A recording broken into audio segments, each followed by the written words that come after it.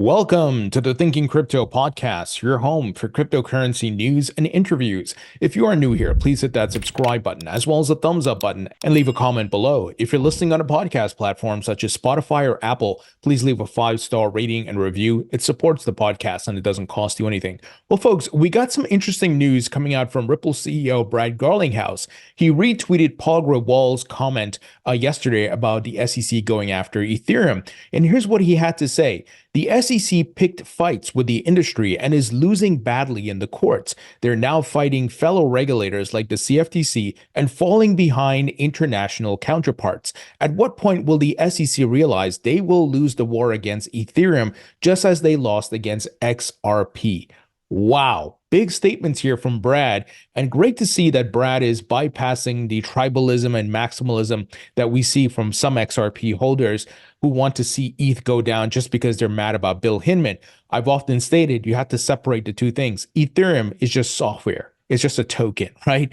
But the anger should be pointed towards not Vitalik and Ethereum, but rather the SEC. They are the government officials that were compromised. They are the ones that caused this mess. And they are the ones that are funded by our tax dollars. That's why I am pissed at the SEC and Gary Gensler. I love that Brad came out and said this because the crypto industry does need to unite to fight against the common enemy that we have, and that is scumbag regulator Gary Gensler. Now, Stuart Alderati retweeted Brad. He's the chief legal officer at Ripple. He said, Congress must stop funding this insanity. So my hope is that Tom Emmer and the folks at the House Financial Services Committee can cut Gary's budget as it relates to crypto until there is actual legislation or Gary Gensler backs down from attacking good actors in the crypto market. We don't want the SEC to stop doing its job, which is to protect investors, go after scams and bad actors, which exists in every industry, right? But Gary's clearly a puppet on strings controlled by Elizabeth Warren, and he's attacking everything in the crypto industry. They're trying to roadblock and kill some of these companies. We're seeing lawsuits. We're seeing lying, hypocrisy, much more by the SEC. They're breaking the law themselves in trying to stop good actors in the crypto market. It's unbelievable what we're dealing with. Now, with regards to the Ethereum ETF, Nate Garaci, president of the ETF store, he tweeted out, if the SEC was going to argue Ethereum equals a security, the time to do it was before they approved ETH futures ETFs last October. They didn't do that. Why not? Was perfect opportunity, he says.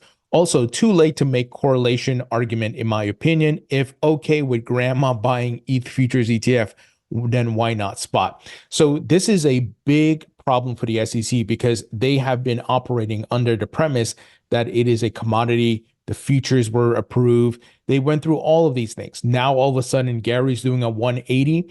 And there's many layers here because it goes back to the Bill Hinman situation and how Ethereum was given that free pass and not the rest of the crypto industry. So lots of layers here, folks, and we'll see how this plays out. This could be just a smokescreen from Gary to delay the Ethereum ETF because we saw 2 Democratic senators sent Gary a letter saying no more ETFs, don't approve any other ETFs. And I think Gary and Elizabeth Warren pretty much gave them the information under the table. I would bet money on that. And they didn't just wake up one day and say, I'm going to go after these ETFs. I hate them. Right? They didn't wake up and do that on their own. So I think we see what's going on behind the scenes. Elizabeth Warren has shown she will do anything and everything to try to slow crypto down. But the great things, the courts are the ultimate equalizer, and they are not putting up with any unlawful activities, lies, and hypocrisy. They're handing out massive L's to scumbag regulator Gary Gensler. Now, speaking of Ethereum, there's a report here that Vitalik Buterin, who's the founder of Ethereum, talks rainbow staking at ETH Taipei to combat centralization risks. So interesting timing of this news here. In his latest talk at ETH Taipei, Ethereum founder Vitalik Buterin introduces rainbow staking as a way to combat growing centralization concerns around staking. Buterin notes that staking in general and liquid stake tokens today have become centralization risk on the Ethereum blockchain. And this was something that was brought up when Ethereum was moving from proof of work to proof of stake, that you're going to have a good amount of whales that can hold a ton of tokens. They can accumulate the tokens over time and stake, and then the network becomes more centralized. He highlights that there are not enough solo stakers on Ethereum today, citing technical challenges like running your own node and financial restraints like not having more than 32 ETH. This is because on Ethereum, solo stakers must deposit 32 ETH, which is just over $113,000, to join the network as validators. Many individuals who wish to stake their ETH do so by delegating their tokens to liquid staking solutions. One of the most popular liquid staking solutions today is Lido, which currently has 61.3% dominance over the market today. Buterin remarked that a proposed solution to these centralization concerns around staking is rainbow staking. The idea here is that you explicitly split up into two kinds of staking, and you can call it heavy staking and light staking, Buterin said. In this particular case, heavy staking is slashable and signs in every slot. On the contrary, light staking, which is not slashable, is pulled up to sign slots through a lottery system. Here's a quote. You basically try to explicitly separate out those two and potentially require both heavy stakers and light stakers to sign off on a block in order for the block to get finalized, he said. So you try to add the security of both of those approaches together. The framework of rainbow staking is ultimately hoping to counter the emergence of one dominant liquid staked token that could replace ETH as the main currency on the Ethereum network. It is also designed to offer competitive participation by bolstering the economic value of being a solo staker. So this is great. I think this is a great idea. Let's see if they can roll out and get this going, because it will allow more participants and individuals to be able to stake, because not everybody can afford 32 ETH, right? So this is something to keep in mind. So I like this idea here by Vitalik.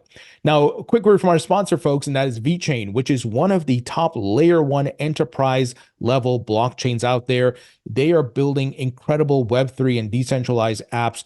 They're doing amazing things, folks. They're working with massive brands like BMW, PwC, Boston Consulting Group, and many more. The VeChain blockchain is highly scalable. It has great security. It uses low energy and much more. This is why many enterprises are adopting it. And they're building actually a really incredible decentralized app ecosystem with the Boston Consulting Group. So I've been a VET token holder for years. I believe in this project. I'm very bullish on it. If you'd like to learn more, visit vchain.org. Link will be in the description. Now, folks, big news coming out here from Kraken. So Kraken CEO Dave Ripley, he tweeted out, Kraken Financial, a state-chartered full reserve bank, is now live and offering services to the crypto industry. Here's the news out of Wyoming. This is a very big deal for Kraken that they are able to do this, folks. Let me zoom out a bit here so I can read. So the headline reads, Kraken unveils qualified custody solution for crypto in the US. Kraken Institutional, the dedicated brand for bespoke crypto solutions for institutional investors from one of the largest standing and most secure crypto exchanges, has formally launched its qualified custody solution offered through Kraken Financial, its state-chartered bank. You want to know why Jamie Dimon and the banking incumbents are scared, why they're fighting back so much, why they have Elizabeth Warren and Gary Gensler going after the crypto industry? They're getting disrupted. The capital is leaving their TradFi investment products and going into crypto. Crypto exchanges have the ability to custody assets and become banks. So there's a change happening, a paradigm shift. So this is why we're seeing the big pushback and why we are in the then they fight you phase. So headquartered in Wyoming, USA, Kraken Financial is authorized to offer digital asset security and deposit accounts for institutions. As per its charter, Kraken Financial holds all deposits in full reserve. You know, Jamie Dimon doesn't like that, right? Because no bank for the major banks, they don't hold your actual money. It's fractional reserve banking, right? So if everybody went to the bank and asked for the money, you're not getting all your money. I think we all have seen the movie It's a Wonderful Life. Well, some of us, where that is shown and you have this bank run that may happen. So the future, though, is full reserves. And that's where blockchain technology comes into play and will change the whole banking system and make it better, and make DeFi and individual lending and borrowing better as well. So once again, all deposits in full reserve, making it the natural service provider through which Kraken Institutional can offer qualified custody. Here's a quote: "Custody has always been integral to the institutional crypto space, and the recent success of the Bitcoin ETFs has only underscored the need for a broader range of qualified custodians," said Tim Ogilvy, head of Kraken Institutional. Folks, this is big news. This is really big news. And Kraken is moving forward despite the SEC trying to sue them again. Remember, Kraken settled with the SEC over staking, had to shut their staking service down in the US and pay a penalty. And then the scumbag regulator, Gary Gensler, came back a year later, sued them, threw a whole bunch of altcoins in the lawsuit, which they're not litigating those altcoins individually, giving them due process. They're doing the same thing to Coinbase, of course. So Kraken then is now suing the SEC, and 8 state attorney generals are siding with Kraken, stating that what the SEC is doing is just wrong. So really big move here from Kraken, one of the top crypto exchanges in the industry. Now, folks, I'm sure many of you heard today, Reddit went public today. They debuted on the New York Stock Exchange at $47 a share. Reddit, of course, being one of the top social media platforms, one of the top ones that survived the early Web 2 era, right, of social networks. So pretty incredible. And remember, Reddit holds Bitcoin and Ethereum on their balance sheet, and they have played around with NFTs and different tokens. So they are certainly looking to embrace crypto as much as possible. And a lot of the crypto community is on Reddit. There's tons of Reddit subforums around Bitcoin, Ethereum, all their altcoins and so forth. So big news, and we'll see what Reddit continues to do with crypto as things progress. Now, guys, we've been talking about crypto's impact on the elections, and what we saw on Super Tuesday was incredible. Pro-crypto candidates started to win. We got super PACs supporting pro-crypto candidates and much more. Kristen Smith of the Blockchain Association, CEO of the Blockchain Association, gave a great rundown summary here of what's happening. So I want to share that with you guys. She said, "We're T-minus approximately 7 months till election day, and the digital assets industry is at a political all-time high. Here's how I see things right now.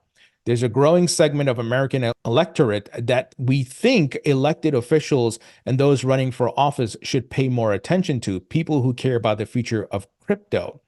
These aren't necessarily single issue voters, but they do care a lot about the future of innovation in this country. Happily, this segment is making its collective voice heard across the nation." Now, she's providing different references, different tweets and links here. But she continues, "Here in DC, crypto users and industry professionals are engaging with Congress and offering solutions that can bring meaningful real-world change." She highlighted Coinbase's Update the System Summit that took place just yesterday. The crypto industry is also participating in electoral politics in a meaningful way with new groups that support candidates who are forward-looking when it comes to innovation. She highlighted a political article, and she says, "We are seeing results." So like I said, pro-crypto candidates were winning on Super Tuesday. She continues, "The crypto ecosystem has rebounded from the 2022/2023 downturn. Markets are recovering, new projects are being funded, and optimism is prevailing." Backing up that optimism, the American legal system. The courts have repeatedly sided with crypto companies in recent cases. So obviously highlighting the victories against the SEC as well as the EIA and much more. She says this is particularly apparent in cases involving the SEC, which was just this week, was sanctioned by a federal judge for acting in bad faith. And in my view, there is no political upside to being anti-crypto. Many voters see current rules and regulations as harmful to innovation and want Congress and other regulators to supercharge new tech, not rein it in. Regulators and elected officials proposing even more punishing rules for crypto consumers and investors should ask themselves why.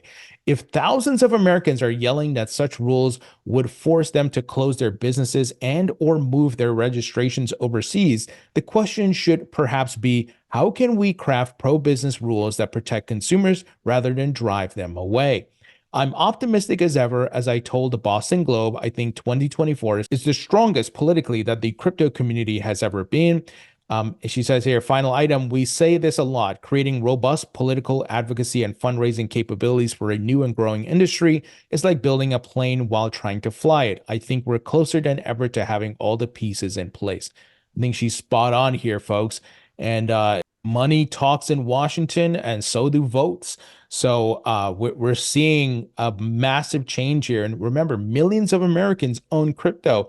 And this is where Elizabeth Warren and these folks are getting exposed. And the great thing is we have social media where we can amplify our message and highlight the lies, the hypocrisy, and all the nonsense and unlawful activities that the SEC, Gary Gensler, and Elizabeth Warren have been doing. So this is really great.